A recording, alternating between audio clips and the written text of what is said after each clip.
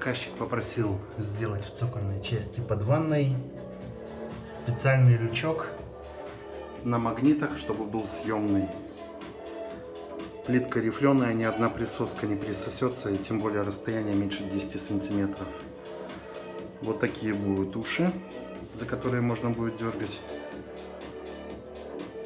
И вот так все это приклеено. Я думаю, что держаться будет.